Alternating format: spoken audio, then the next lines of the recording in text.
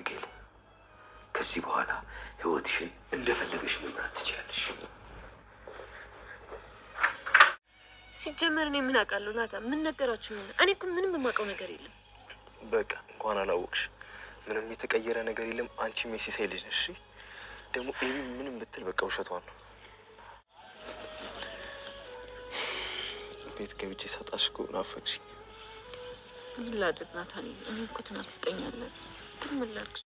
እንኩል ቦታ የማጠፋ አቢጌል ደረጀ ዛሬም በሚገርም ሁኔታ እንግዲህ ሌላ ለቤተሰቡ ትልቅ ንትርክና ከባድ ችግር ይዛ ተከስታለች። እንግዲህ እስካሁን ነገር በመፈልፈል ቤተሰቡን በማተራመስ ከአንዱ አንዱ በማድረግ እንግዲህ የምትታወቀው አቢጌል ደረጀ ዛሬ ደግሞ እንግዲህ ከፍ ባለ ደረጃ በሚገርም ሁኔታ እንግዲህ አርጁ እሷን ብሎ እንግዲህ ስትጠቀምበት እንደፈለገች ስታደርገው የነበረው አርጁ ዛሬ በጣም በከባዱ እንግዲህ ሪስክ ይዞ ወደ ግቢ ወደ ቤት ገብቷል ማለት ነው።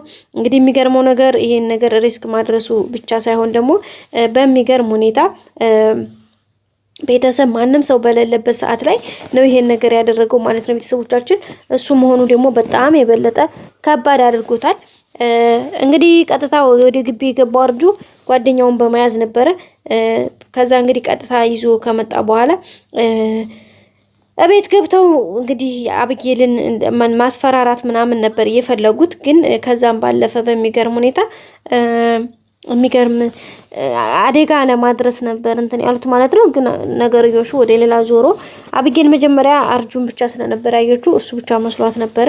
ስለዚህ ለሱ ብዙም ይሄን ያክል ኬር አልሰጠችውም ነበር ማለት ነው። ቤተሰቦቻችን ግን በመጨረሻ ሲመጣ ስታየው እሱ ብቻ ሳይሆን ጓደኛስ እንደነበረው ማለት ነው። ቤተሰቦቻችን በመጨረሻም እንግዲህ የሆነው ነገር ሆኖ ተቀብሎ ቀጥታ ዱላ ይዛ ነበር የቀረበችው። ምክንያቱም አርጁ ብቻ ነው ብላ ልትደበድብ ነበር ሐሳቧ። ግን ነገርዮሹ እንደተጠበቀው አይደለም። ምክንያቱም ሌላ ሰው ስለነበረ አርጁ እንደውም ወደሷ ጋር ሳይመጣ ያኛው ልጅ ነበረ ቀጥታ ወደሷ ጋር በሷ በኩል የመጣ ሰው። በዛና ማኻኝነት እንግዲህ በጣም በከባዱ አደጋ ውስጥ ነው ያሉት። እንግዲህ እሱ ልጁን መተውታል። መጀመሪያ የመታችው ውሃ ነች በርግጥ። ከዛ አርጁ እንትና አቢጌል ደገመችው።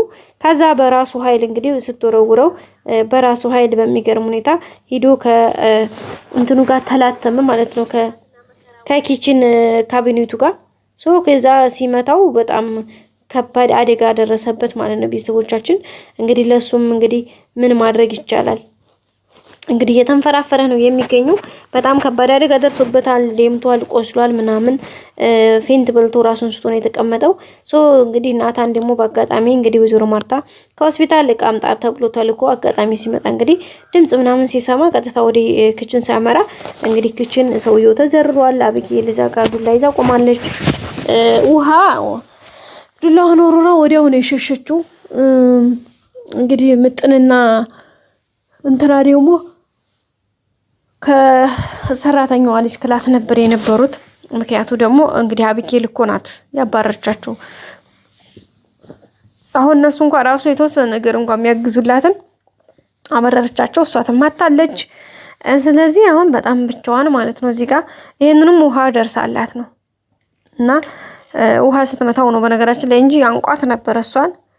እንግዲህ አባቷን ትእዛዝ እናቷን አልሰማም ብላ ይሄው ነገር ስታምቡራቁስ በመጨረሻ እንደው ትልቅ የዱብዳው ነገር እሷ ላይ መጣ ማለት ነው።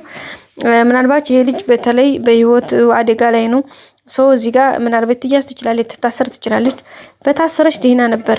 አንደኛ የአባቷን ውለታና ጥቅም በደንብ ቁጭ ብላ ዘጋ ስታጤ ነው ይገባታል። ሁለተኛ ናታንና ዲያጣ አሪፍ የፍቅር ጊዜ እንዲኖራቸው ይረዳታ። ሶስተኛ ሰላም አሁን ከሆስፒታል ተወጣች። ወደዚህ በተለይ የምመጣ ከሆነ በጣም ከባድ አደጋ ውስጥ ነው ያለችው። ምክንያቱም ዲኤንኤ ለማስመርመር አቢጌል ምንም አይኗን ሳታሽ ነው ገና በእንትና በጥርጥር ዲኤንኤ ያስመረምራለሁ ብላ ኢቭን ደረጀና ዳጣን እኮ ዲኤንኤ ያስመረመረች ልጅ ነች።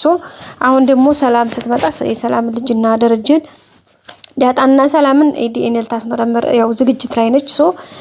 ለዛ ይሄ ነገር በቃ እረፍት ያገኛል፣ ቤተሰቡ ሰላም ያገኛል። እንደዛ ሲሆን በቃ የሆነ ሰከን ትላለች እሷም የሚል ሐሳብ አለን። እንዴት ነው አሪፍ ነው ብላችሁ አታስቡም ጋይስ? አዎ እንደዛ ነው የሚሻለው። አለበለዚያማ አልዘለቅናትም እኮ ጋይስ። አቃጥለ ዲፋን ነው በሚሆነው በማይሆነው። በእርግጥ እኮ ልክ ናት። ማለት እየተረዳችበት መንገድ እኮ ልክ ናት።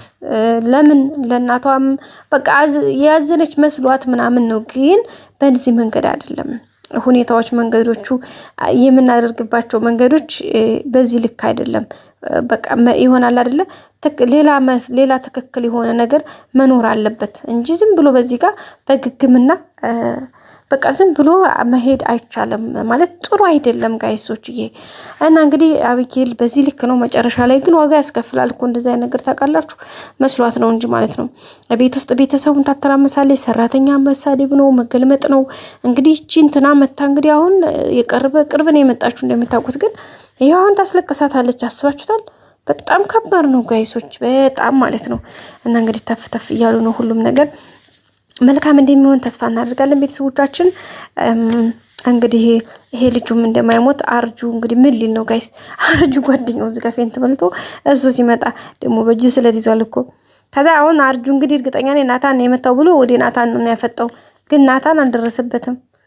ገባችሁ? ስለዚህ አሁን እዚህ ጋር ምናምን አቶ ደረጀ ይሰማል። ደረጀ ሲመጣ ደግሞ ምናምን በቃ በአቢጌል ነገር እንደው አምላኪ ወይ ቤተሰቦቻችን እንዳያዝኑብን እግዚአብሔር ይርዳን ጋይስ፣ የምር ማለት ነው። እና በቃ እሱን ነው የምለው። ሌላው እሱ ኦኬ። እግዚአብሔር ከቤተሰቦቻችን እንባ ከቤተሰቦቻችን ብለው እንዳያዝኑብን ይርዳን። እንግዲህ አቢጌል አባቷ በጣም ይረገማት እና በቤተሰብ የተረገመ ደግሞ በጣም መጥፎ ነው፣ ከባድ ነው። እግዚአብሔር ይጠብቀን ሁላችንም። መልካም ጊዜ